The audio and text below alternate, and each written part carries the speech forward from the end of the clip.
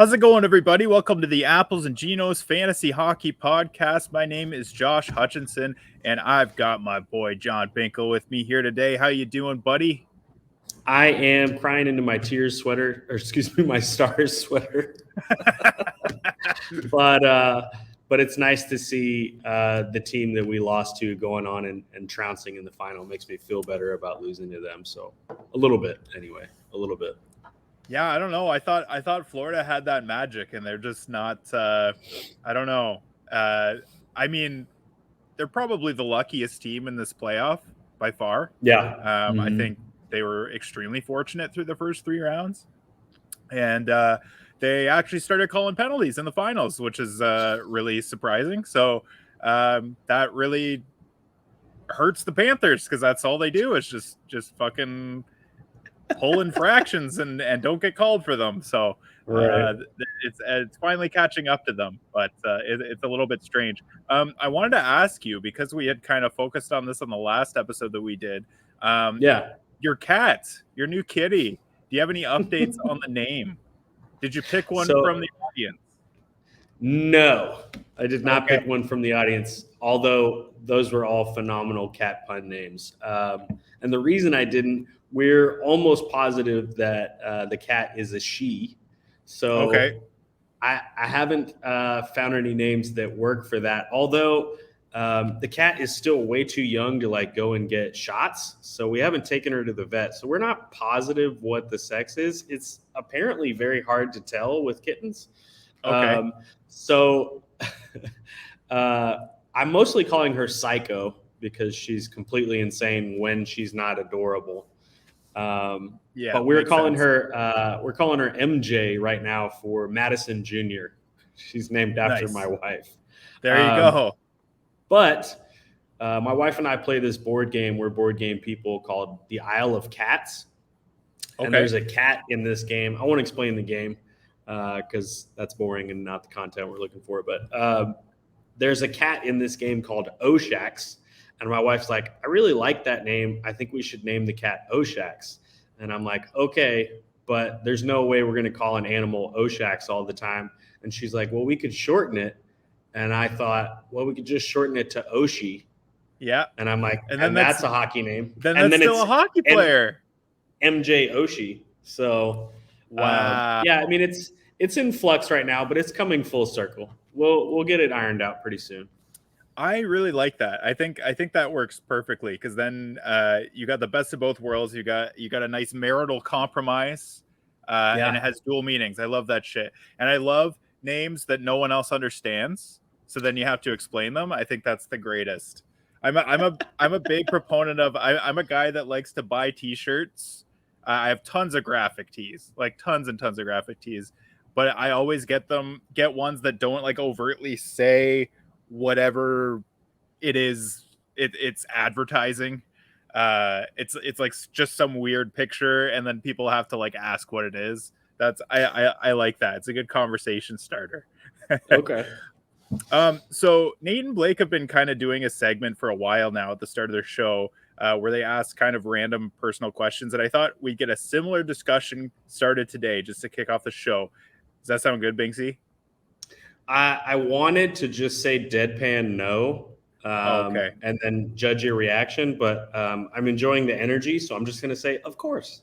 All right. Thanks, man. I appreciate that. So we talked, Blake has been doing these cool graphics on Twitter and has been tagging us all in them just to try to get some conversations going in the fantasy hockey community about I guess the first one was he took all of the Apples and Genos staff, all of our top 5 favorite movies of all time, and then our top 5 favorite snacks. So we already talked about our top 5 favorite movies. So I thought it would be good to ask you, what was the last movie that you went to see in theaters, and what did you think of it? What was the last movie? So normally when you ask me this question, I would not have seen a movie in forever because my wife does not have the attention span for movies. Like she's just one of those people that's like, I'm going to go knit if we start a movie, right? Gotcha. But there were 2 movies, like summer blockbusters that have come out that I have been waiting to see forever. The first one was the Mario movie. I saw it on on like midnight release. Oh, nice. And it touched all the nostalgia, but honestly, it was a crap movie, and it was very much for kids and not for 37-year-old kids like myself. Yeah. So like my wife was bored to tears, and everybody in there had neckbeards and BO. So that was fun. But then directly after that, we went to see the new Guardians of the Galaxy. My wife, of course, had never seen any of the other Guardians of the Galaxy. So she, again, was quite bored. I really loved it, but my favorite character, both in those comics and in the movie series, is Rocket. So it was a story mostly about Rocket. So I really, really loved it. Apparently the reception for it wasn't so great, but I thought it was phenomenal, and I thought it was a good way to wrap up the group before it blew up. So yeah. Okay. Your sentiment about Super Mario Brothers, that is the exact sentiment I've got from most people, is that it helped hit the nostalgia point, so it still was like somewhat enjoyable, but as a movie it wasn't really that strong in terms of narrative. no, not at all. And then Guardians I've heard pretty good things. Like I haven't heard a ton about it, but it typically, I mean, those movies are very well beloved, even amongst all of the many Marvel movies. They're kind of that's one of the more beloved franchises or IPs or whatever within the Marvel Cinematic Universe. The last movie I saw, it's been a while. Once you have kids, it gets really hard to go to the movies. And we hadn't gone to the movies since before COVID. Becca and I used to go to the movies all the time. That was kind of our go-to thing. We love seeing basically whatever movies in theaters, getting popcorn, getting fountain drinks, getting M&Ms. There's nothing like movie theater popcorn, I will say that. There's something about movie theater popcorn that it's a cut above all other popcorn. But the last movie we saw was actually the first movie that we had seen since before COVID restrictions happened. So it had been a very long time. But we saw Top Gun Maverick, and it was a good one to go see as like your return to theaters. It was fantastic. Such a good movie. Way better than it needed to be, honestly. The cinematography was amazing. Everything about it, honestly, narratively, it was great.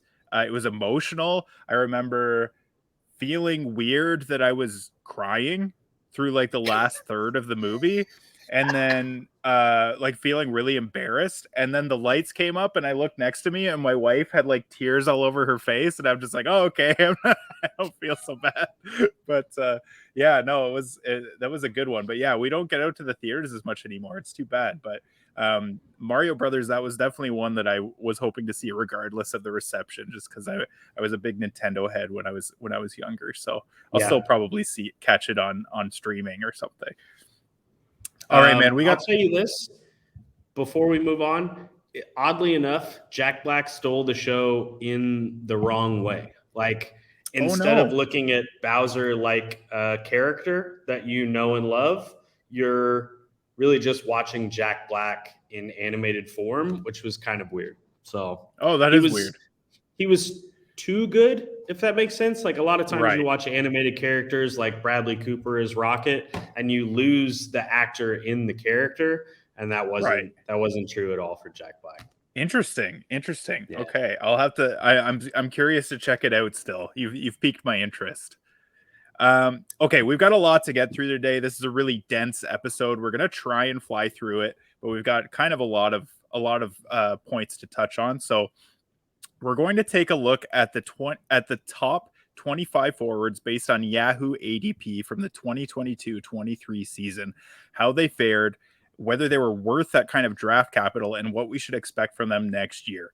We're also going to discuss the players that played themselves into the top 25 rankings at the end of the season, and whether what they did is a flash in the pan or whether it's sustainable. So the end of season rankings were created. The ones that we're talking about were created using cupful scoring. That's kind of what a lot of fantasy hockey people use. I really like the cupful scoring for points leagues.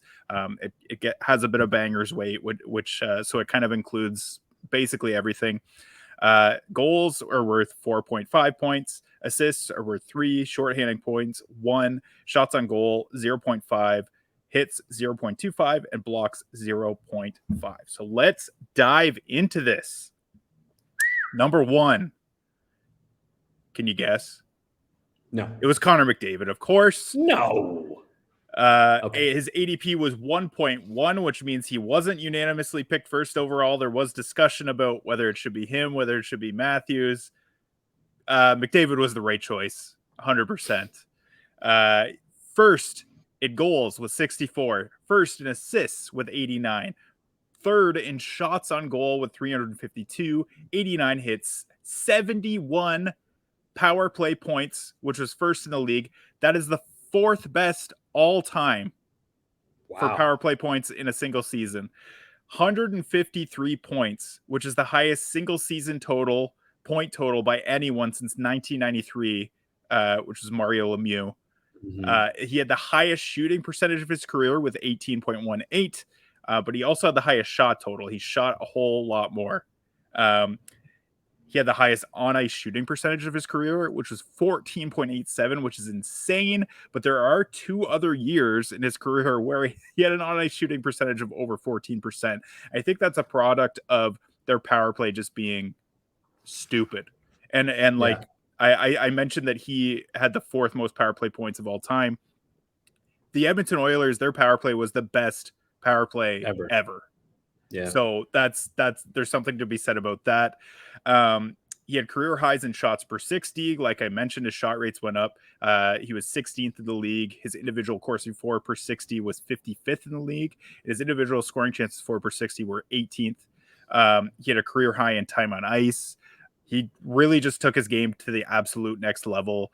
To me, this is repeatable. He may see some regression in terms of shooting percentage, but outside of that, I mean, I wouldn't be surprised if the on-ice shooting percentage regresses a little bit too, but this is kind of, I think 150 points is what you could expect from McDavid from now on.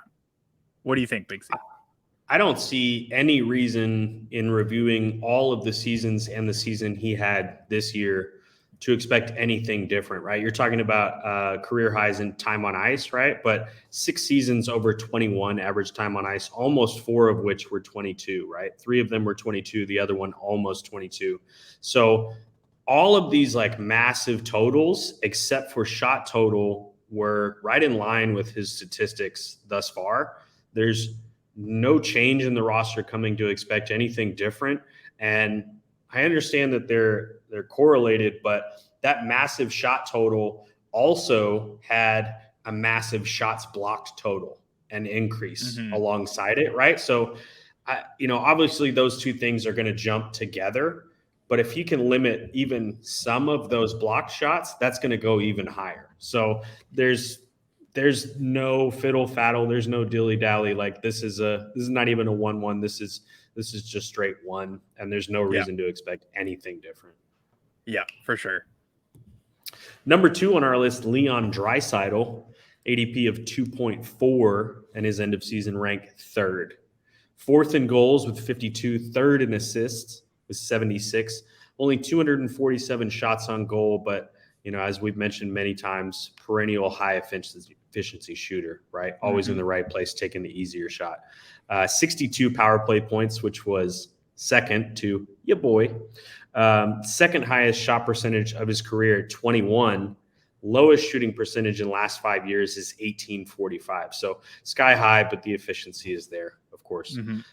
Nothing spectacular about the rate stats. 110th in shots per 60, 132nd in individual Corsi for per 60, 114th in individual scoring chances for per 60. Career highs in assists and points. I imagine a bunch of that is tied to the power play, but no reason to expect anything different there. The on-ice shooting percentage, 15.84. Really high, even higher than McDavid, like a full percentage point higher than McDavid. It's crazy. That's intense. Yeah. Is it easy 1-2 for you, or does it get fishier after McDavid? Well, I think there's a couple other guys that I would like to discuss after Draisaitl that I think are I mean, there's an argument for both of them to go ahead of Draisaitl, just because. So Draisaitl doesn't shoot a ton, so that kind of docks him a little bit. But obviously, his point totals are ridiculous. He plays on that power play. He's usually the recipient of a beautiful Connor McDavid pass for a wide open cage on the power play. It's part of the reason he's scored 50 goals perennially for 3 or 4 years now. So I mean, he's gonna get above 100 points. I don't see him getting to this level again, just because shooting percentage is a little higher than normal. On ice shooting percentage is like unlike anything I've ever seen. That's what scares me a little bit. Yeah. Yeah. So I think, but obviously 128 points is ridiculous. Like that's one of the best performances in the last couple decades too, right? So that's I mean, it's hard to expect someone to perennially get above 120 points. So I think Draisaitl's a 50 goal guy, above 100 points, and he's definitely a top 4 lock for sure. There are 4 guys that I think are still the top 4 in drafts, and he is still definitely a top 4 guy. Also, dual eligibility, so that is nice. He's got that center left wing, which is pretty sweet. All right, let's move on. I'll take that as the bump. Yeah, for sure. Let's move on to number 3, which is Austin Matthews. His ADP was 3.1.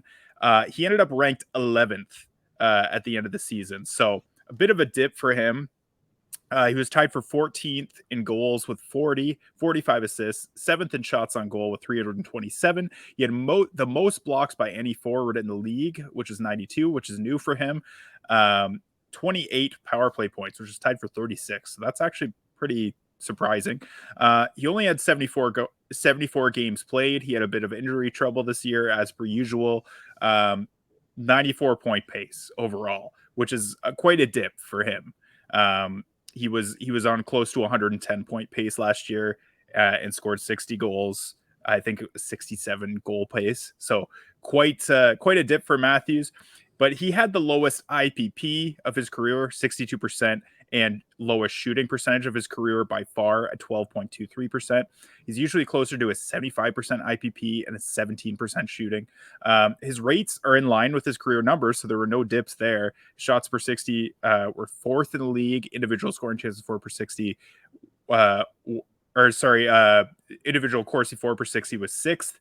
Individual scoring chances 4 per 60, 2nd. He's said to have been hampered by injuries. Some have said a hand injury. That would obviously hand a lot. Yeah, that would obviously affect your shot. So even if you're getting those same opportunities, maybe the accuracy's off, the power's off. That's a big factor. So I do expect him to bounce back next year. Maybe not all the way to 60 goals. Maybe he will bounce back to 60 goals. I'm not sure. But his rates are still among the best in the league. He's still a top 4 guy. He's still getting those shots on goal, which is huge. And his peripherals have improved. So that's, I mean, I still think this is just a flash in the pan for him. This is just a random down year. And if he can stay healthy, he'll be just fine next year. What do you think, man? So I have concerns about that because he's only played 82 once in his rookie year. And this year, where you're like only 74 games played, that's the most since then, right? So how high are your expectations in how many games that he's going to play in a season? And the narrative part of me is thinking about him getting this massive contract, right? And does he play better after getting the bag? Does he want to go to the ice and take these blocks more or less, right? And there's so much of the Leafs that could be different next year that maybe it's a completely different conversation come draft time. But I'm way more concerned at this juncture than I was this time last year about Austin Matthews. Yeah, makes sense. I still think, though, here's the thing. I still think about Matthews. Sorry, I don't want to go too long about this, but this is my boy, okay? Leafs. Yeah. last year he had, I believe, only 72 games played or 73 or something like that, and he still had 60 goals, 60 goals and 109 points. So even with injury, I still think he is a top 4 guy. All right, that's all I'm going to say about that. So let's move on to number 4. What you got for us, Binksy? Number 4, Nathan MacKinnon, ADP of 4.7, end of season rank 4. Tied for 9th in goals with 42, tied for 5th in assists with 69. Nice. 2nd in shots on goal with 366. 34 power play points was 15th. So not incredible, but only 71 games played. Still career highs in goals, assists, points with 111 points. Shots on goal and 128-point pace, which would have been tied for 2nd with Draisaitl. His shooting percentage is in line with the career at 11.48 this year. IPP in line with the career at 76.03. Did have career highs in shots per 60, where he was 2nd, and individual Corsi 4 per 60 following those shots at 3rd. His individual scoring chances 4 per 60 was 17th. So a little bit more looks and a little bit less quality looks. It seems repeatable. Could be better if he stays healthy. That, of course, always up and down with MacKinnon, but as we know about Nate Mack, he is going to go out there and play throughout the season if he can. So I have concerns about the Avalanche, but I don't really have concerns about MacKinnon. What do you think? Yeah, I mean, MacKinnon. You were talking about the clear 1 too. Whether Draisaitl was my clear 2, I think Nate MacKinnon is my clear 2 based on his performance this year, based on all the years leading up to this point, talking about how he had all this 100-point potential but just couldn't stay healthy. He showed us this past year what he can do. The fact that he was 2nd in the league in shots on goal despite missing 11 games, that's crazy. His shot rates were ridiculous. He would have been well over 400 shots on goal, which would have destroyed everybody. 128-point pace, that's crazy. 111 points in 71 games, that's crazy. I mean, everything seems in line with career numbers. So I think Nate MacKinnon is my guy. Nate MacKinnon's my number 2 for sure next year. I'm sold on it. I like that. I do wonder how much Rantanen will take another step playing with a healthy Avalanche roster, or whether he will take a back seat. But I think we'll touch on that a bit more here in a moment. Yep. All right. So our number 5 is Kirill Kaprizov, a left winger, ADP 6.8. His final end of season rank was 31. He was tied for 14th in goals with 40. He had 35 assists, 25th in shots on goal, 261. He would have been top 10 if you averaged his stats. So he did miss time at the end of the year. We'll talk about that in a second. But if you averaged his stats, he would have been in the top 10 in shots on goal in the league. He would only rank 24th if his stats were averaged across the board in terms of overall points. So it doesn't really improve that much. He was having a down year in terms of point production. And he had 32 power play points, which would have made him 20th in the league. He only had 67 games played. As I mentioned, he missed some time, and he was at a 92-point pace. So the year before, he had well over 100 points. His shooting percentage and IPP were the lowest of his career, but not by too much. His on-ice shooting percentage, also lowest of his career at 10.7. And his assists per 60 were way down from last year. His shots per 60 were about the same, 11.07, which was 24th in the league. He had career highs, actually, in individual Corsi 4 per 60 and individual scoring chances 4 per 60, where he was 15th and 11th, respectively. My verdict, my opinion, is there's nothing wrong with Kaprizov. He played totally fine last year. And his points dip, he went from 108 to 75 points. And that's a product of injury, obviously. And then his teammates just not producing the same way that they did the year before. His assist numbers went way down. And I guess he had like I said, he had a down year in terms of shooting percentage, IPP, and then obviously so that would affect his goal totals. But then the on ice shooting percentage is way low too. So I think Kaprizov will be fine. Maybe it really depends on who he's playing with, right? And that's kind of like if you see him with Matt Boldy, that's what a lot of people have wanted to see is them flanking each other. But this team has no center depth. They don't have a lot of cap. They still have that dead cap in Suter and in the Suter and Parise buyouts next year. So there's not a whole lot they can do. So he's going to be an interesting one. I don't think he's in my top 10 anymore for the rankings next year just because of his situation, but he's still going to be a powerful fantasy player. I think for me, draft wise, I am looking at him where he ended the season rank, probably closer to like 27 through 35, whatever your value matches in there. Because of the state of the team and because of what he offers you across the categories, I think it's definitely closer to a late second, early third round pick for me. Yeah, I think that's fair. All right, who you got at number 6? Number 6, Nikita Kucherov, ADP 8.6, and the following corresponding rank end of season is 9, so right in line with that. 30 goals, second in assists with 83, 20th in shots on goal at 271. However, 50 power play points, which made him 4th. He's had 82 games for the first time since 18-19, second best point total of his career at 113.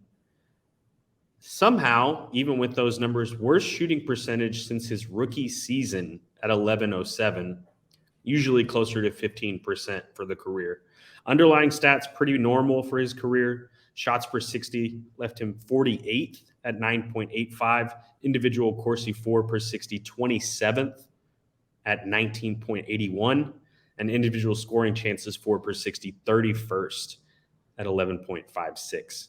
So all of those things aren't really eye-popping numbers, but they are incredibly achievable, consistent numbers for a season where he had the second best point total of his career. So I think it was an excellent year. I think you were right on the money to not really be concerned about injuries for him going to the season. I really was. I felt like he, being the motor for Tampa, was a little bit ready to break down, and they as a team were a little bit ready to break down. And a lot of people found excellent value, especially you and him and Point and et cetera, in that team. So yeah, I'm always the first one off of an older or perhaps expired like zenith of talent.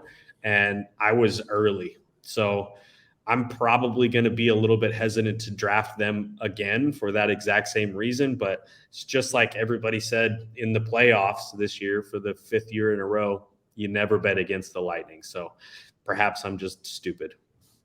I don't know if you're stupid. I think that Possible. I think that he had quite a few years of significant injury trouble. So I think a lot of people were moving off of Kucherov. I'm just not someone that's really going to bet on that happening again. And maybe that's dumb. Maybe that's dumb on my part, and I probably just got lucky this year. But I still think the point pace, the consistent point pace being well over 110 points for a whole bunch of years in a row.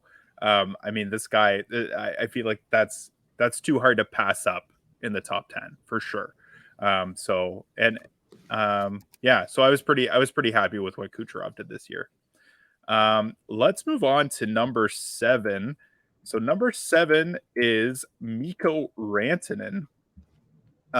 He is dual eligible, center, right wing. So really nice in the top 10. His ADP was 8.8. He ended up, end of season ranking was 5th. So he had a fantastic year. 3rd in goals in the league with 55. He had 55 assists, 10th in shots on goal with 306, which is new for him. 37 power play points, which put him 9th. He had a pretty average IPP for him. So nothing too crazy. Highest shooting percentage of his career, bit of a red flag there. 17.92, but not crazy high for him. He's typically around 16%. So it's a little high. You might see a little bit of regression, negative regression there, but I mean, it's not outlandish. His shots per 60 was 44th in the league with 10.11. Individual Corsi 4 per 60 is 39th with 18.4. Individual scoring chance 4 per 60, 76th. He had 22-13 time on ice, which is the highest of his career by more than a full minute. And this is the first time he's ever played 82 games in his career. So this is another guy that has had injury troubles in the past, has struggled to play 82 games, but he did it this year. And yeah, in my opinion, it's really producible, reproducible. Obviously, there were a lot of injury troubles in Colorado this year. So a lot of, I mean, I think he was relied upon a lot more than maybe he would have been without injury troubles. But that being said, him and McKinnon are kind of the top two guys there. So, I mean, they're going to be relied upon anyways, right? But just the lack of depth there and the injury issues, I think, really shot his time on ice way up. But I still think that it is reproducible, maybe not to this level, maybe not to this 110 point pace. Maybe there's a bit of regression in terms of his goal totals, but I don't think 50 goals is really crazy for him again. So I like Rantanen. I like him in the top 10 easily. If not, and I think there's an argument for him to be in that 5 spot. I am going to seize that argument and say that I absolutely am putting him in the top 5. You're talking about him getting that extra minute based on what we all saw was Moose like carrying the team on his back when their other stars were out. And I want to further inform the listeners, because we say this is the first time for him to play 82 games in his career, but he has played in order 75, 81, 74, truncated 42, 52, 75, and 82. So not rare that he plays what is essentially a full slate, right? And his goals per 60 were 1.81 this year, but 3 times over the career over 1.4, right? So it's a slight uptick, but it's not way higher. And I think this year gives Rantanen the confidence to go out and be a top 6, top 7 player in the league. And if he can get something going alongside McKinnon in that McDavid Draisaitl vein, where perhaps the shots get a little bit easier, then I think it is fully reproducible. And I am like big on board the Moose train for this coming season. I like it. We got a number 8. Number 8, the biggest fallout of the year, Jonathan Huberdeau. ADP was 12, and the end of season rank 185. You do not like to see 2 digits go to 3 digits in those categories. He had 15 goals and 40 assists, 126 shots on goal, and 15 power play points, which was 126th. The on-ice shooting percentage, 9.84, and last year on ridiculous Panthers team, 14.23. So lots of explanation in that one stat. His IPP and shooting percentage were low for him and lowest in more than 5 years. His time on ice at 16.51, which is baffling to all of us, lowest since 2015, down 3.5 minutes from last year. Shots per 60, lowest of his career at 5.67. Just hideous numbers there for a top flight player. Individual Corsi 4 per 60, lowest of his career at 10.49. And individual scoring chances for lower than career average at 6.76. I think it is super obvious to everyone he needs more time on ice, needs to not be playing below the top 6, which he did most of the year until the very end of the year, until they were like, wait a minute, he's actually pretty good. Yeah. He needs to play on power play 1, which was unexplainable, and he needs a new coach. So we're checking almost all of those boxes off just with a new coach who has not addled brain. I don't know what is wrong with Sutter, but oh my God, just a head scratching season. Like there's no wonder he got fired. No wonder he got fired. Like what was he doing? And all year long, you and I and every other fantasy hockey player in the world were like, do I drop him? Is this going to continue? And all year long, we were like, it can't possibly continue. He's clearly one of the best players on the team. They brought him in for a reason.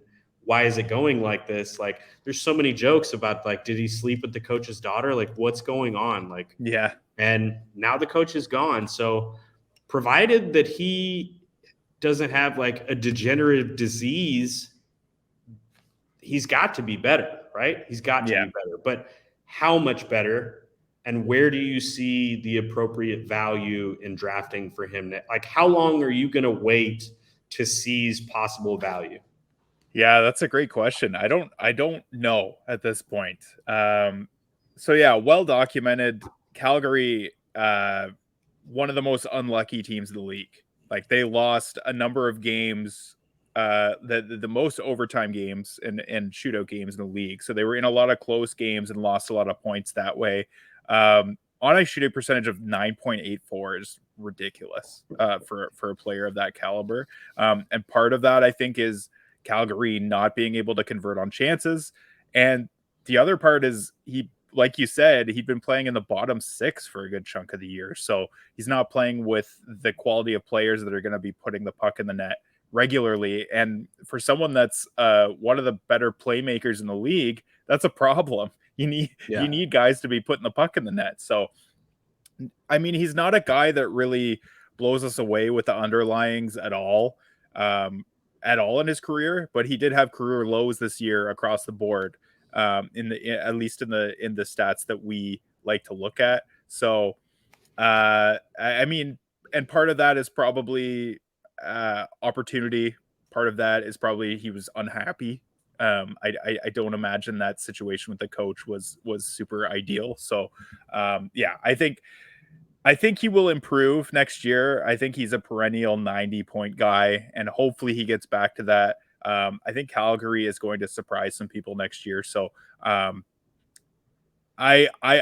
don't know where I'm drafting Huberdeau. I guess that's the bottom line. I'll have to take a look at some projections and kind of decide from there. But it's definitely not in the top 10. That's for sure. I don't know if that's a big secret. All right, let's move on. What's that? Thus far, before we move on to 9, thus far for me, I am feeling that same range that Marchand went into the season with, where I'm trying to hunt value at like the 5th round and get an incredible player at an incredible value, at least right now, blind. Yeah, I think that's pretty fair. I think there's a possibility he goes lower than that. So, all right, let's go to number 9. Alex Ovechkin. His ADP was 12.1. His end of season rank was 20th. He was tied for 9th in goals with 42. He had 33 assists. He was 12th in shots on goal with 294. He had 188 hits, which is his highest total in a while. So not really, I mean, not dialing back the physical play with his older age. He had 25 power play points, which is 51st in the league. That's a little low for him.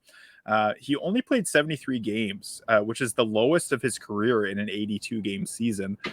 So he had a bit of injury trouble, which is unusual for him. And so he was at an 84-point pace, which was pretty typical of him the last 5 or 6 years. He had a pretty normal IPP and a pretty normal shooting percentage for him. His shots per 60 was the second lowest of his career, but not by much. It's not to a notable level. It was still 10th in the league with 11.96. His individual Corsi for per 60 was 5th in the league with 23.51, and his individual scoring chances for per 60 was 42nd in the league with 11.11. Still going strong. He's still super steady. I think if he stays healthy, I don't see a big drop off here, and I'm still pretty bullish on Ovechkin. I think the only reason he's ranked 20th is because of that injury. or that injury trouble this year. So if he stays healthy, I think he's still the same old guy. The back end of the first round, I think, is a good spot for him. And if you can get him any later, that's really good value. I definitely agree with that. The average time on ice has been super steady for the last 10 years at 20 minutes. I do want to note that a few of those games this season were I think his father passed away. Oh yes, so he was actually on bereavement. So there were some injuries in there, but you take out that bereavement. I think it was like 3 or 4 games that he missed, and he's right on par with last season's 77 games played. He will be 38 years old next year. It will be his 19th season in the NHL, but it's, he's a machine. Like, you just kind of have to assume that things are going to continue the way they are. And there's been nothing this season that would indicate a drop. So I think you have to keep going to the well. I think it's totally fine. Yeah, I totally agree. Number 10. Number 10. Sasha Barkov, ADP 14.2, and his end of season rank 53. 23 goals and 55 assists with 30 power play points, which ended him up 27th. Only 68 games played and a 94-point pace. His shooting percentage was just over 11, which is low for him, although he does tend to fluctuate year to year and averages around 14%. The IPP also pretty average for him. Shots per 60, 103rd at 8.65. Individual Corsi 4 per 60, 145th at 14.34. And individual scoring chances 4 per 60, 124th at 8.94. All pretty standard. The team did, as we saw with the end of the season in the playoffs, they really did turn it on. All year long, we said the Panthers are not especially playing well. However, all the underlying stats are there. The talent is there. They got Duclair back. They really turned it on down the stretch and through the playoffs. And they don't really stand to lose anyone from this coming roster. Like, there's going to be a couple of changes, but there's not going to be any massive swings. Although Barkov has only one 82-game season in his career in 2019, and he does usually struggle to stay healthy, but he could increase goal totals next year. Where does this leave you? Are you more or less concerned about Barkov, or is it really just going to be consistent next year? Yeah, I'm pretty status quo on Barkov. I mean, he's perennially at a 90, 95-point pace. It's just a matter of if he can stay healthy, which, I mean, perennially you're expecting him to miss about 10 to 15 games. As a guy that is not typically super concerned about injury, I mean, it's tough. It seems to be the same pretty much every year. He's at the 65 to 70 games played, but not a huge deal. His underlyings aren't really eye popping, but they never really are. Mm-hmm. He's just a guy that produces. So I think I'm usually lower on Barkov than other people, and especially with the center only position. Yes. I'm usually fading centers unless they're those top 4 guys. So he's not usually a guy that I'm picking up, but I think second round is pretty reasonable for Barkov, which is kind of where he was drafted this past year. So, but yeah, I'm not like super high on him, but I mean, he's still a fantastic player. He's gonna, if you pick him up, you're gonna be happy, I think. All right, number 11. This is a big one. Matthew Tkachuk. So his ADP was 15.6. He ended up ranked 6th overall. He was tied for 14th in goals with 40, tied for 5th in assists with 69. Nice. 8th in shots on goal with 327 and 36 power play points, which put him tied for 10th. His shooting percentage was down 4% from last year, and he only had 2 less goals. So that just shows you improved his shot rates by quite a bit. He was shooting a lot more. Not super surprising because Florida, again, like we had mentioned, had a ton of injuries this year. So he was relied upon a lot. And he really was their most consistent producer this year. His IPP, pretty normal for him, so not crazy. His on-ice shooting percentage was 11.6, which is actually down 2% from last year. And he's still at a higher point total. So here's the stat that kind of explains that. He had the highest time on ice of his career by far at 20 minutes, 26 seconds. And I don't see that really changing next year. He had the highest shots per 60 of his career. He was 9th in the league. Individual Corsi 4 per 60 was the highest of his career. He was 23rd in individual scoring chances 4 per 60, also highest of his career. He was 7th in the league with 13.34. These are elite numbers. This is a pure breakout for Matthew Tkachuk. And I mean, you could say that he had a pure breakout the year before, but I think a lot of people were. It's only 5 more points this year. Yeah. So a lot of people were expecting a drop off, but he really took it to the next level in terms of his underlyings. And the fact that his shooting percentage was down and on ice shooting percentage was down, and he has a higher point total, that's huge, man. Like that just shows that he could take it to another level further. And you're seeing in the playoffs right now, like he is destroying worlds. He's been arguably the best player in the playoffs. And yeah, I think Matthew Tkachuk's the real deal. I think he's a clear-cut first-round player next year. Maybe the top right wing in the entire draft. At least right wing only. What do you think, Binksy? I think it's entirely possible that he wins a Conn Smythe on a losing team. Yeah. Honestly, because I mean, the way the talent is scattered for Vegas, and the way Tkachuk has been the walk-off goal, literally get off the ice type against massive odds. Like I think it's entirely possible that he does that this year, and I think it's well deserved. I think you're absolutely right. Even with it only being a 5-point increase, he has had a very different season, right? He has been the star instead of a quality player on an elite line. So I just don't know how far he jumps other players for me. Like he doesn't automatically shoot into the top 5 for me. I think right where he's at in our list at 11 is kind of more appropriate. I don't, in my gut, think there's another gear. I think it's right here, and I don't think that's anything to scoff at 100+ points. I do expect Florida to be a little bit better all the way through the season next year. And I think that will fluctuate in both ways for him, right? He'll be expected to do a little bit less on the whole, but he will also be expected to be the star of the team night in and night out. And for someone that upped their shifts this year, I think everything is a positive indicator. I just don't know how much better it gets for him. Yeah, I think that's fair. Who do you have at 12?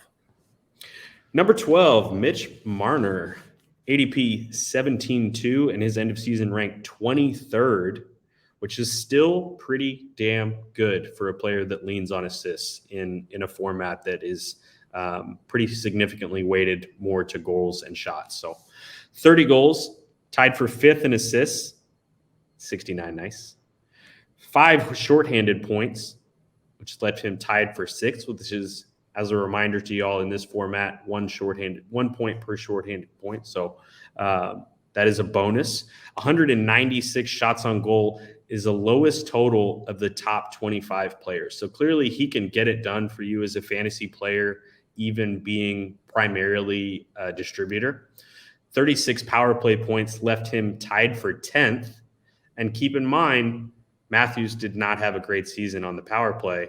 So if that rebounds, perhaps it gets better. He had 99 points for a career high, which feels really, really good going into the season and prognosticating him as a 100-point player. His IPP and shooting percentage are normal. His shots per 60, lowest of his career at 6.91. His individual Corsi 4 following that, lowest of his career at 14.17. And individual scoring chances for also lowest career of 7.05. So perhaps there's more for him as a scorer. That is something that I leaned on a bit going into this season and trying to select him as someone that I thought was going to take a jump. I think he has the prowess to be that scorer. And who knows what's going to happen with the Big Four in Toronto? Who knows what's going to happen with the coaching? Who knows what direction that they're going to go in? But I think there is always going to be that possibility for Marner to become a scorer if it's if like that's absolutely necessary, whether things change on the Leafs, whether he's not on the Leafs, whether he goes to a team where he is absolutely the star. If he isn't playing second fiddle and able to distribute in that same way, perhaps he goes to more scoring. Like you mentioned here, not an underlying stat world beater, but it is confusing that his shot rates are way down, especially in a season where Matthews missed a bit of extra time. Mm-hmm. And despite that, he still puts up points. So Mitch Marner goes up and down for me about 7 or 8 slots, depending on the formatting and the point distribution in your league. But I still seriously believe in old Mitch to unleash the fury and start scoring at a way higher than 30 goal pace. Like, it wouldn't shock me if he was a 50 goal scorer. And is that just a pipe dream? Do you see that in Mitch Marner's game? I mean, yeah, I think that's the most frustrating thing about it is that we've been yelling at Mitch to shoot more because the problem with the Leafs power play really was not a great power play before 2 years ago. And part of that is because Marner would play the flank, Matthews would play the other one, and he would always just try and find the cross seam pass to Matthews. Everyone knew Marner was passing every single time. He was not a shot threat because people just knew that he wasn't going to shoot, and then it was just not effective. So last year, not this past season, but the one before, Marner upped his shot rates and ended up with 35 goals. He looked fantastic. And it completely changed their power play. It completely changed their look 5-on-5. And man, like, I don't know what happened last year, this past season. Sorry, I'm getting them all, getting them kind of mixed up here. But this past season, I don't know why his shot rates went down. I don't know why he didn't stay status quo. I don't know if it's because they were mixing lines up more and he wasn't finding the right chemistry with whoever he was playing with. But yeah, the fact that his shot rates are the lowest of his career is concerning. So yeah, I think you're right. I think he has it in him to maybe hit 40 goals. He hasn't been that far off. And honestly, in this down year, he's still at 30. But it's just, he's just got to take it to another level. He's got to shoot the fucking puck. I don't understand, man. I don't get it. It's extremely frustrating. All right. Let's move on to 13. So 13 is Steven Stamkos.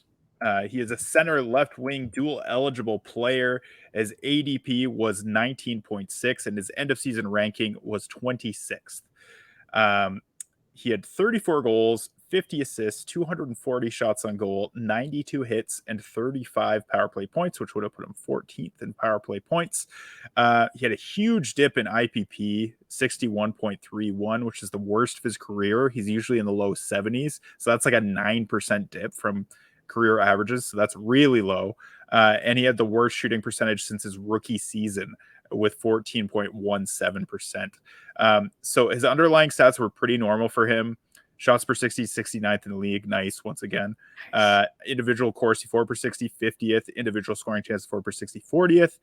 I think he's going to bounce back next year. That's what those numbers say to me. IPP and shooting percentage way down. His underlyings are the same. I think he'll be just fine. I think he's still probably a second round player in terms of fantasy drafts. But yeah, don't be too concerned about this 26th ranking. I think he's probably going to bounce back next year. What do you think, Binksy? I'm on board with all of that. Stamkos is one of those players in your draft where you are never going to feel bad drafting him and putting him on your roster, especially at dual eligibility, and at left wing dual eligibility at that. It's always going to be good. I'm always for it. All right, 14. Number 14, Johnny Gaudreau, ADP 20, rank 90. Yikes. 21 goals and 53 assists with 220 shots on goal. Not a banger, as we all know. 24 power play points left him 57th on what was, for the most part, pretty dismal offensive team. Second lowest shooting percentage of his career at 955, usually around 13. IPP average for him for the season. His on-ice shooting percentage, 10.32. So kind of Pretty better low. than I would have expected. Yeah, low, but yeah, better pretty than I would low, have but better expected than in Columbus. than you would yeah, expect for Columbus. But I have to say, before we move to the rest of the stats for Columbus, they are clearly interested in being a better team right off the bat. So yeah, I am right back to buying in. His rate stats were all career highs last year, back down to normal levels for him this past year. Pretty much to be expected coming off that line and then moving to literal Columbus and metaphorical Columbus. Shots per 60, 112th at 846. Individual Corsi 4 per 60, 102nd, 15.37. And individual scoring chances 4 per 60, 143rd with 8.73. I don't know what to expect from Gaudreau. I think it's somewhere in the middle of last year's Calgary team and this year's Columbus team. Yeah. It's good. It's not great. It's more likely that someone is going to draft his name higher than I want to draft him.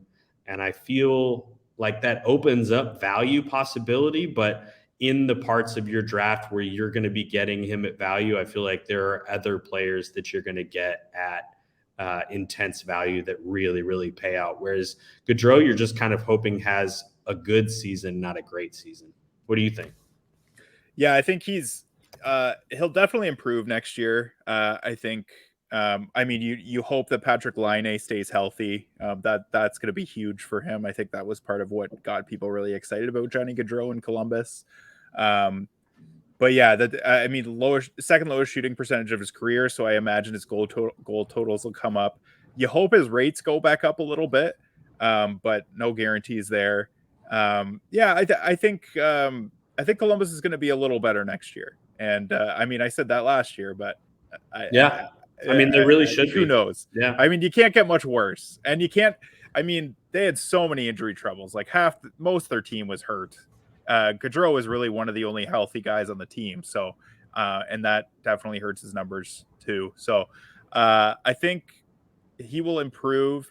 This is another guy that I don't draft a lot just because of the lack of peripheral weight, or the lack of peripheral. Like he doesn't hit, he doesn't block, doesn't have super high shot numbers.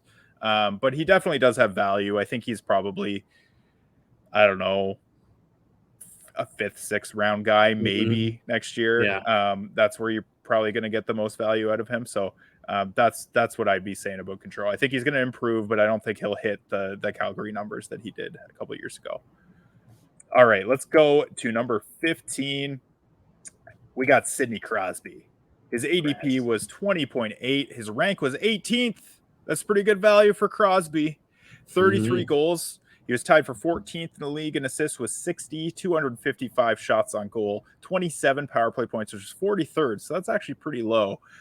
His IPP and shooting percentage were a little lower than his career averages. So little room for improvement there, or room for regression, positively, that is. His underlyings also pretty normal for him. Shots per 60, 74th. Individual Corsi 4 per 60, 79th. Individual scoring chance 4 per 60, 91st. Pretty steady for Crosby. This is a good year for him. This is kind of what you expect from Crosby at this point in the 90 something points. I think Pittsburgh, man, it's tough. I don't see Crosby tailing off at this point. Pittsburgh is a bit of a mess, though. They don't really know what direction they're going in. We'll see if Kyle Dubas can kind of what he can do with this roster, but they're a bit of a mess right now. But Crosby, I think, is steady Eddie. I don't think you really have to be worried about him. What do you think about Crosby? I think just like Ovechkin, coming into a 19th season, he'll be 36 years old. Just massive minutes year in and year out that aren't concussed. Incredibly consistent at over 20 minutes on ice for the last decade. Unlike Ovechkin, I do kind of expect this to tail off in this coming season.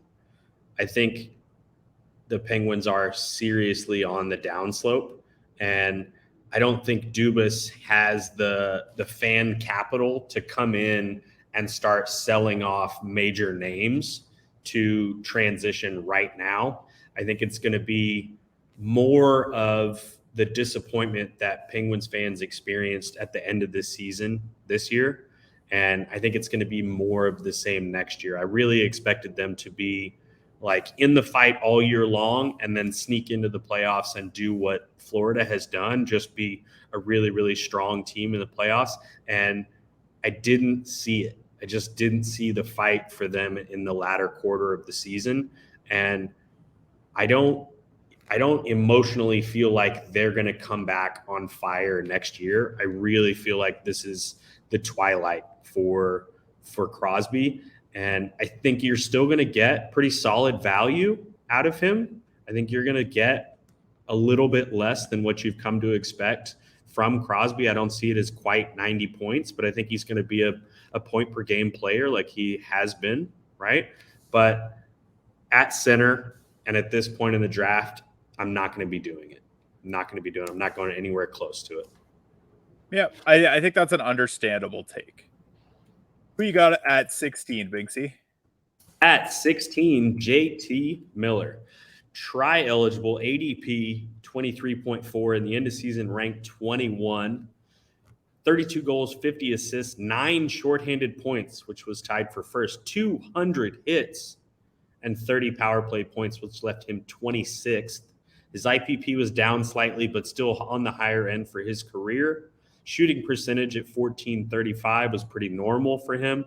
His on-ice shooting percentage lowest since coming to Vancouver at .1144.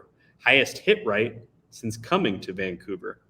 Shots per 60, 799, and individual Corsi 4 per 60, 14.47 were the highest of his career at seemingly pretty standard numbers, right, for that level of player. Individual scoring chances 4 per 60 on the higher end, as you note here, still very valuable. Do you expect it to be better for him in Vancouver? Do you expect him to be in Vancouver? What do you think's going on with JT Miller? Yeah, that's the real question. He's been in a lot of trade talks pretty much for all of last year. So we'll see if he stays in Vancouver. I think Vancouver is very offensive. That's for sure. I think their issue is not scoring goals. And JT Miller has been a big part of that offense. I really felt like, based on the way everyone talked about him, I didn't roster him in any of my leagues this year. But I was thinking he had a huge drop off just because of the negativity surrounding him. But this is a solid year for him. Really good. Still in the top 25 in terms of end of season rankings. I think he's still a second round player in drafts next year, especially that tri-eligibility. That's new for him.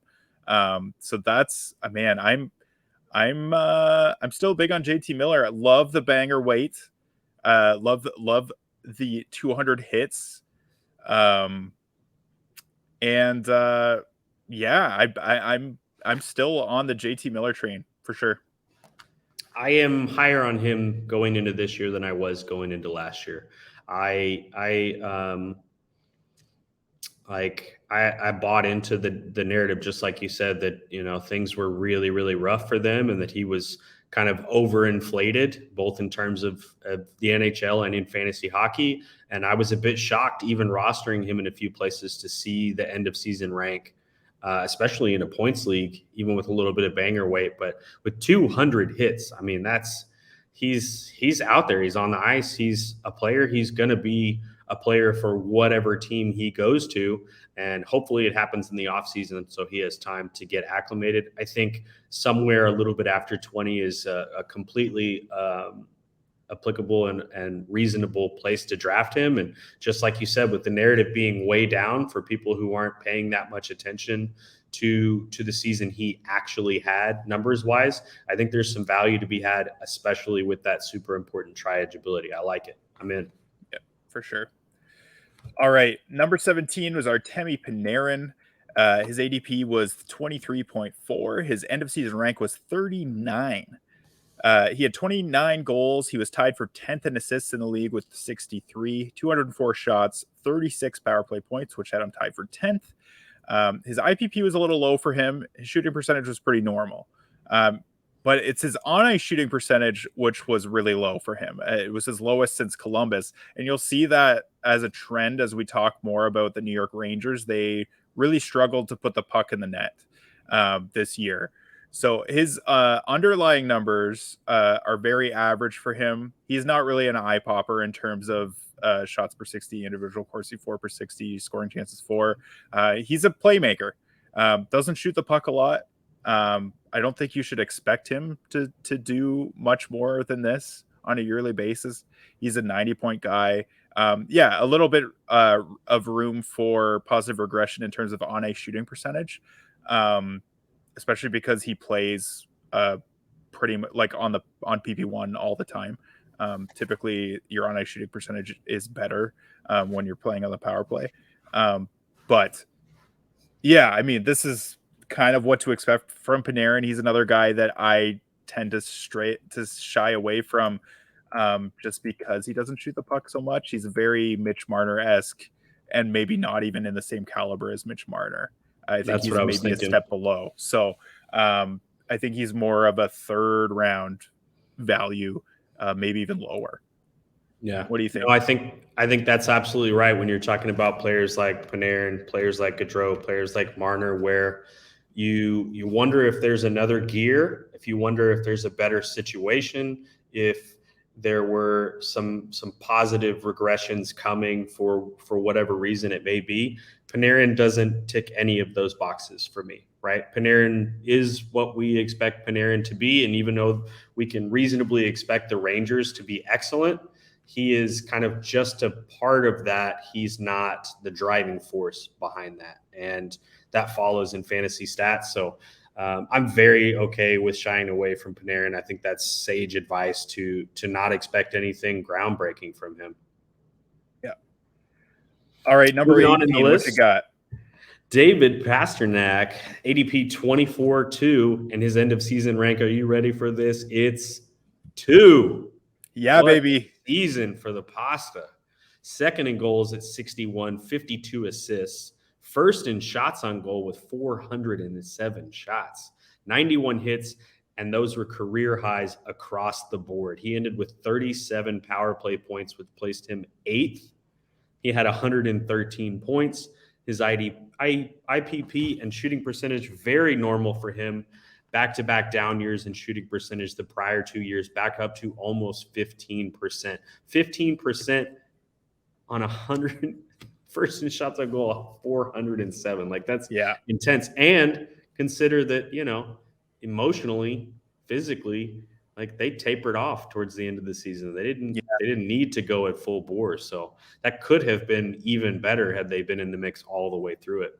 On-ice shooting percentage up at 13.47. Clearly, they were a monster this year. They were crazy. In all underlying stats, shots per 60 first, 15.22. Second place over a full shots per 60 less. So even that much better than those rankings would indicate. Individual Corsi 460 first with 27, and second place over 2 individual Corsi 4 less. Individual scoring chances 4 per 60 left him 5th at 13.99. Unreal stats for him. Crazy numbers. Is it a lock to do it again? Can they possibly be that good again? Can he be that good again? Here's my thought on Pastrnak. I think he can. I don't know if he will. but I think this is reproducible. His time on ice was also a career high at 1933. I think these numbers, he's always been an elite underlying shot generation player. He's always right at the top of the league. But this year he took it to another level. Like you said, second place in terms of shots per 60 were a full shot per 60 less. That's huge. And second place in individual Corsi 4 per 60 were almost 2 individual Corsi 4 less. That's crazy. So like he dominated the league in underlying stats. Like he was the clear cut. If you had an award for individual rate stats, he's the runaway favorite. He's the Connor McDavid of that. Well, maybe not quite. That's maybe not a great comparable, but what a year for Pasternak. And actually, we had talked about who is your number 5, your clear cut number 5 in the draft next year. I actually think it might be Pasta for me. The only factor is Boston, I think, is getting older. The players around him are getting older. The big factor for me, though, is 5-on-5. Pasternak wasn't playing with Bergeron and Marchand most of the year. He was playing with Krejci and Taylor Hall, or Krejci and Zaka, I think. Zaka. Like he was, just like kind of like he was all over the place. So it's not like, I mean, he's doing this himself, and he proved that. Like he doesn't have to play on the perfection line. I hate that name. To be who he is. So I love Pasternak, and I love this. I love this for next year as well. Okay. Take it to the bank. Right. Yeah, love it. All right. Number 19 is Chris Kreider, Mr. 50 goals last year. He's a dual eligible winger, left wing, right wing. His ADP was 27th, and his rank 77th. He had 36 goals, so a big dip from last year. 18 assists, 128 hits, so he does have some. He does bang a little bit. He had 229 shots on goal, 17 power play points, which is 103rd. That's way down from last year. He was, I believe, a 30% shooter on the power play the previous year, which is a big reason why he had so many goals. He had the second lowest IPP of his career, so it was down 15% from last year, and his shooting percentage was 15.72, which is down almost 5% from last year. But that shooting percentage, 15.72, that's more reasonable for Chris Kreider. That's kind of what you should be expecting from him. His on-ice shooting percentage was his lowest since 2018. Again, another New York Ranger, as we mentioned with Panarin. They struggle to put the puck in the net at times. It was 11.51%. His underlyings are pretty similar to last year. Shots per 60 was 64th in the league. Individual Corsi 4 per 60, 91st. Individual scoring chances 4 per 60, 29th. So gets quality chances. He's very good in terms of quality chances. I think he just drives the net really hard and lets the skill players around him do their work. He still has really nice underlying numbers. I think they're pretty solid. He just kind of was coming back to reality after his shooting percentage bender the previous year. So this is kind of where you should be drafting Chris Kreider, around 70, 80 overall. And that's what you should be expecting from him. What do you think, Binksy? I think that is just transparently true about Chris Kreider. I think we knew that going into the season that he was going to taper off a bit in terms of those like unreal goal totals and power play goal totals.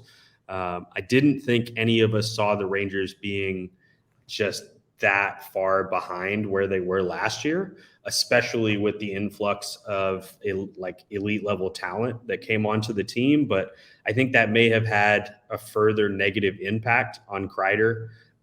There was a different way of them trying to score with all of those players on the team, right? They weren't necessarily just putting it on the net and seeing what Kreider could dump, what he could tip, what he could take that easy cross ice pass, right? So I think you're absolutely right. I think Kreider is 77. I think he's 80, 85, and it's going to be a consistent good player for you on a great team with lots of possible upside like it was in the previous season, but it's more likely to be what it was this year. Yeah, for sure. All right, who you got at 20? Number 20, my least favorite fantasy player, Kyle Connor. ADP 28.4, end of season ranked 32, which seems a little better than I would have expected, honestly. 31 goals and 49 assists with 273 shots on goal, which left him 18th in the league. 29 power play points was 32nd, so right in line with his overall rank. Seems to be heavily tied together there. Lowest IPP since rookie season, 67.23, down 13% from last year. Shooting percentage was lowest since his rookie season, 11.36, typically around 15%. I think those are incredibly indicative stats for his season this year and the Jets in general. Time on ice down a full minute from last year, but still over 20 minutes. I don't know how to make sense of that. I think we'll have to dive deeper there. Shots per 60 down from last year, but still second best of his career with 9.73, which left him 38th.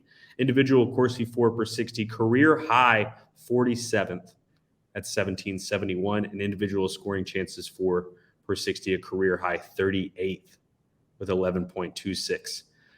You think he should rebound from this down year? How high does he bounce on this rebound, do you think? I think his shooting percentage being 4% lower than normal. I mean, that's huge. He's a high volume shooter. Obviously, you said he was 18th in the league in shots. That's kind of what you'd expect from him. His shot rates were a little higher last year, but his scoring chances were up from last year. He just had bad puck luck, essentially. So I think you see him back between 40 and 50 goals, probably closer to 40. And then in terms of assists, I mean, it really, it's hard to say. Just, I think Winnipeg is interesting. There could be a lot of change there. So those assist totals will really be affected by who he's playing with. Then, like you said, his time on ice was down a little bit. Rick Bowness is the new coach this year, so that's a big one. But yeah, I think the biggest thing is lack of puck luck at a low IPP. I think you'll see some positive regression there. So I still think he's a second round player in terms of fantasy drafts. So I still am okay with Kyle Connor at that level. All right, let's go to 21. We've got Mika Zibanejad, another New York Ranger. His ADP was 28.8, and his rank was 15th. So people got really good value on Zibanejad this year. He had a career year, 39 goals, 52 assists, 251 shots on goal, a career high 91 points, 39 power play points, which actually put him 7th. His IPP was the second highest of his career. And his shooting percentage was a little high for him, but not unreasonable at 15.54. So that may explain a little bit of why his numbers were up. His on-ice shooting percentage was actually his lowest since 2019, so 11.78. So that's in line with the other Rangers that we spoke about. But for whatever reason, Zibanejad had the puck luck himself, I guess, or enough to not be affected as much by that low on-ice shooting percentage. His underlying numbers were all pretty normal for him. Shots per 60, 77th, individual Corsi 4 per 60, 75th, individual scoring chances 4 per 60, 153rd. So really a high volume shooter, but doesn't really get a ton of great scoring chances. But he has a great shot, so it doesn't really matter so much. I think he could reasonably repeat this. You may see a bit of negative regression, but I think Zibanejad is around a 90-point guy, and should be. You should expect him to be around that. What do you think about Mika? I think Zib is right at the top of where I want to start drafting centers in my draft, provided that I'm not like unexpectedly stockpiled with some of the best in the first 10, right? So in that area of the draft where I want to get Zib, he's a little bit high. I'm probably going to lose to other people that are going to draft him 7, maybe 10 spots before I will, but he is right there at the precipice of when I want to start getting quality centers. And if I have him, I'm incredibly excited to do so. I feel like the Rangers should be a bit better next year, and I think he will be a major player in that, just like he was this year. Yeah. All right, 22. Who you got? The Brady Tkachuk, the beer man himself, 29.2 ADP. His end of season rank was 12th. Of course, this does have a banger weight, so take that into account. 35 goals and 48 assists. 4th in shots on goal at 347. That does seem very high for him. 11th in hits with 242. 29 power play points left him 35th on a very successful power play team. His IPP and shooting percentage pretty average for his career at 64 and 10%, respectively. Career high in points at 83. Career high in underlines, which have been elite for a while. Shots per 63rd at 13 to 63. Individual Corsi 4 per 60 10th at 21.94. And individual scoring chances 4 per 60 3rd with 15.04. Those are incredible rate stats. He is definitely the star of that team at this point. I love everything about Brady Tkachuk. I think it could be quite a bit better than this if things get better for the Senators overall. If they really start dominating games, he will be the preeminent star player on that. It is interesting to note, lowest hit rate since rookie season, and thus far has been a fringe first rounder in points leagues. He is a top 4 pick in a Bangers Cats. So yeah, I think so. You're gonna have to go out and draft him. I feel like there's a lot of people that are going to be drafting in the 7, 8, 9 slot that will kind of feel like they have to draft him because they missed on who they really wanted in the first round. But I think Brady really has a chance to be a top 10 player in the league next year. Yeah, he took it to another level. And I think, obviously the hits are huge. The shots are huge. Underlyings,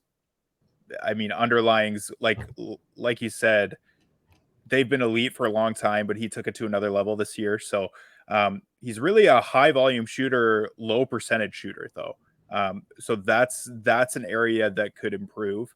And that would really just skyrocket him. So yeah, like you said, I think Ottawa's situation is improving. So I like him for next year as well as a fringe first rounder in a points league and top 5 in a Bangers Cats easily. So before we move to 23, I'm reviewing his last few seasons. Okay. This season, 347 shots on goal. Last season, 288. The season before that, 220. 10.1 shooting percentage this year, 10.4 last year. So almost 60 more shots this year on goal, and the shooting percentage is the same. The total shots attempted is way higher this year than last year, over a full 100 more total shots attempted. So I wonder if the shots on goal come down a bit and his shooting percentage gets a little bit better next year. Throughout his 5 years, 10-3, 8-1, 7-7, 10-4, and 10-1. I think there is a real possibility that he goes to a 12 or a 13% shooter and perhaps finds a better shot opportunity if those elite rate stats get even better, if he can be that much more effective and really, really jump into your true top 6, top 7 point producing players. I think it's possible. It would definitely be great for fantasy owners. That's for sure. All right. Number 23 is Sebastian Aho. His ADP was 29.9. His rank at the end of the season was 66th. He had 36 goals, 31 assists, 218 shots on goal, 15 power play points, which is very low, shockingly low, actually. That's 131st in the league. He had the lowest IPP of his career with 64%. Shooting percentage, pretty average for him, 16.5. On ice shooting percentage is 10.66, which is super low. Very low for him, especially for a guy that plays on the power play. His underlyings are pretty typical. They're not eye-popping. 87th in the league in shots per 60, 99th in individual Corsi 4 per 60, 72nd in individual scoring chances 4 per 60. My thoughts on Sebastian Aho, he's another guy I don't draft a ton. I think he's a point per game guy perennially. I think this is a down year for him. I think Carolina suffered from injuries this year, and they're a team that for a few years has been dominant in terms of shot share. In pretty much every game, they get just a huge high volume of shots and just don't convert. And this was just another level. Their on ice shooting percentage, you'll see that with a lot of Carolina players, was super low. So I think there'll be a bit of a bounce back. I think they'll probably retool a little bit offensively because that's clearly what they need. You saw that in the Florida series. They just struggled to score. Yeah, they just couldn't score. So I think Aho will rebound, but I don't see his ceiling being above 80, 82 points. That's kind of what to expect there. So in that way, I feel like even early third round, which is kind of where he was drafted last year, is a little high for him, especially as a center. Certainly not where I would be drafting him. What do you think, Binksy? I think that's way too high for a really high floor, pretty low ceiling kind of top level player, right? He's clearly the best fantasy producer on their team, and he is a very consistent player. But where you're going to draft Tahoe, even with like incredible value, even if you're pulling him in like the 5th round, it's another situation like Barkov. It's very similar to me in that it's going to be good. It's not likely to be incredible. And when you've got your ceiling guys in the first, or your floor guys in the first 3 rounds, for the next 3 rounds, the next 4 rounds, which is where you would actually get excellent value for Aho, there's other players that I want to pull lottery tickets on and try and win my league with, the same way that people did with, say, Pasternak this year, right?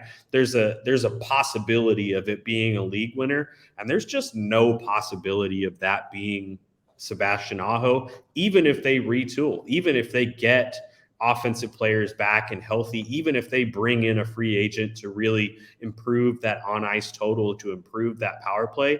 It's just not likely to happen. And when you're drafting a floor, I want it to be earlier or later in the draft. At that point in the draft, I want to pull lottery tickets.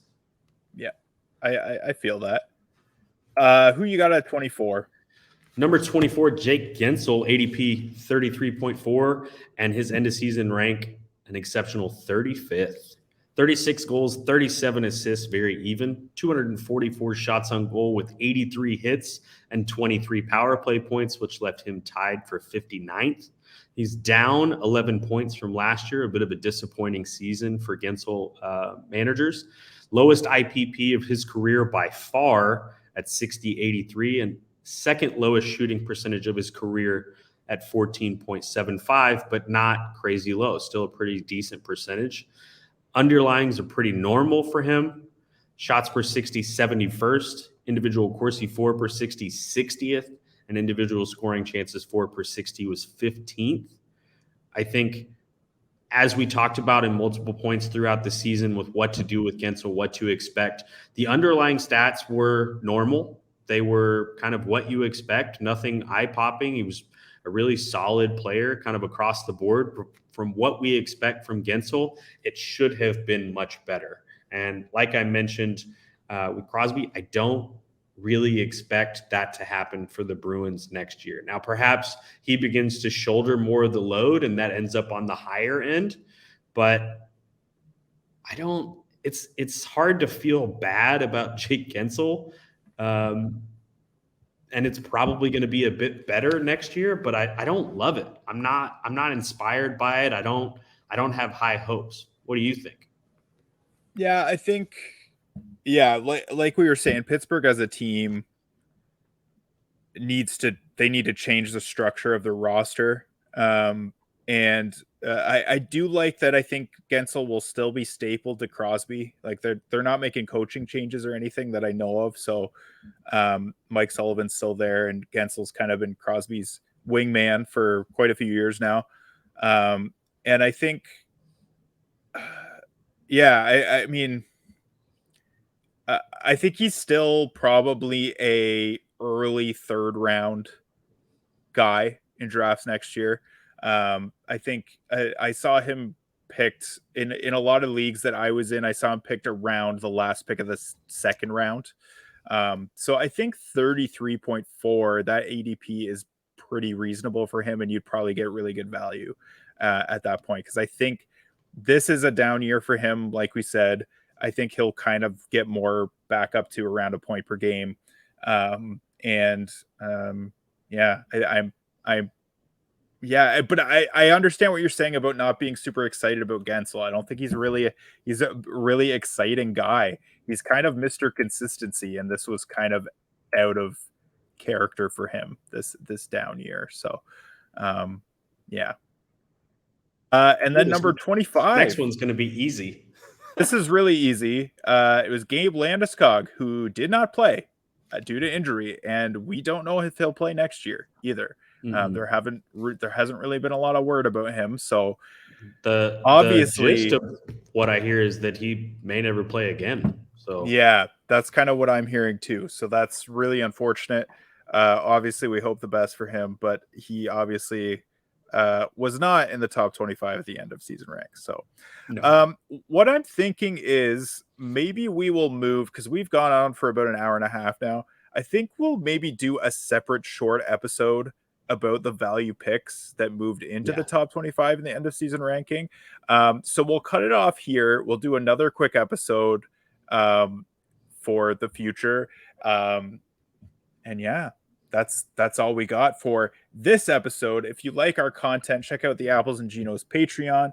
You can support the show on a monthly basis and get extra perks in season, including access to the Apples and Ginos Patron League, where you can battle it out with Nate and maybe me. I don't know if I'll be invited back, but I won this year. The defending champ, so you'd think I would be. No, that's the rule. That's the rule. If you win, you're out. You're out. And you can also get extra weekly waiver wire articles and podcasts from Nate. There is also a temporary off-season tier for only $2 a month, where you can get early access to Nate's projections as he makes them. So you're going to want to check that out. So head over to the Apples and Ginos Patreon. Hop into the Apples and Ginos Discord server. There's lots of people still talking over there about fantasy hockey, about dynasty leagues, about the draft right now. The draft's coming up, so that's a big topic of conversation. Shout outs to the band They're There for providing our music. Their Spotify link is in our episode description. Give us a rating on Spotify or Apple Podcasts. Follow us on Twitter. Binksy is at Binklemania. Nate is at Apples Ginos. Blake is at Blake Creamer SE. And I'm at Just Josh and 41. Please practice safe stats, and happy summer. Have a good one, folks. Happy summer, everybody.